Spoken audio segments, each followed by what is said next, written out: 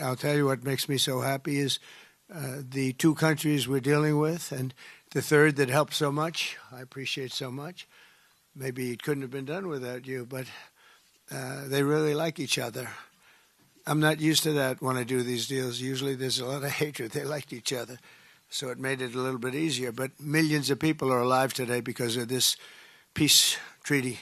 So before I begin, I want to extend our deepest condolences to the Prime Minister, Anutin, as well as His Majesty, the King of Thailand, and the entire nation on the passing of Her Majesty, Queen Sirikit, the Queen Mother, and a beautiful, incredible woman who is so respected all over the world, actually respected.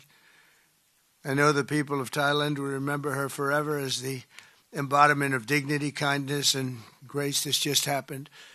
But this is a woman who was so loved and respected. Today we honor the memory by bringing the blessing of peace to the nation she dearly loved. She loved this nation like few people love their nations. This is a momentous day for all of the people of Southeast Asia as we sign a historic agreement to end the military conflict between Cambodia and Thailand. And we're so honored to be involved in that. It's so important to me. Two great countries, but they were going at it. I want to congratulate the two courageous leaders, and that's what they are. They were courageous, who are taking this monumental step. Prime Minister Manet and Prime Minister Anutin. I also want to thank Prime Minister Anwar of Malaysia. I called him right at the beginning and I said, you have two countries that are fighting right next to you. We need a third place. We need a sort of a neutral place, right? And he was there, and I said to him, if we get this solved, I'm coming to your country. And I told the truth, didn't I? A lot of times they say that, and that's the last you ever see. But I felt I had an obligation to come because you were so great, and the two men alongside of you are so great. Historic figures now. They're really historic figures. So I felt it was an obligation I had. I told it to you. That was about a year ago, and all of this has taken place. It's been so beautiful to see.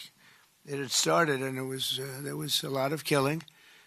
And then when we got it stopped very quickly in this case, some we did in 32 years. It took 32 years to get them stopped. They were fighting for a long time. This was very nasty, but it was stopped very quickly before it started. And the two leaders have great respect for each other. But the Prime Minister played a very important role in helping convene the two sides for discussions here in Kuala Lumpur. Earlier this year, an armed clash broke out along the border of these two countries. Really ancient countries by most standards. They've been long time, tremendous cultures, resulting in numerous deaths and thousands and thousands of people displaced from their homes. It was starting because of America's strong commitment to stability and peace in this region and every region where we can do it. My administration immediately began working to prevent the conflict from escalating.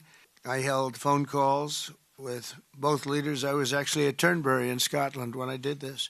And we had a lot of phone calls, the three of us and then the four of us. We had a lot of phone calls. It was a beautiful day. I remember how beautiful it was. Turnberry is a great place, but I said, this is much more important than playing around the Gulf. So we sat there all day long making phone calls, and it was amazing the way it came together very quickly. I mean, really very quickly. You caused me very good entertainment. I could have had a lot of fun, but this is much more fun for me than anything having to do with almost anything, because you're saving people and you're saving countries. But ask them to choose the path of prosperity and peace over needless bloodshed and war. At the end of July, after extremely productive discussions, we reached a ceasefire agreement. And now these gentlemen, and they really are gentlemen, high-quality people, both went to college in the United States, and now these gentlemen are about to sign what we're calling the Kuala Lumpur Peace Accords. Good name. Both countries are agreeing to cease all hostilities and work to build good neighborly relationships, which have already started. 18 Cambodian prisoners of war will be released, and under this agreement, observers from ASEAN countries including Malaysia, will be deployed to make sure that the peace prevails and endures. I have no doubt that it will.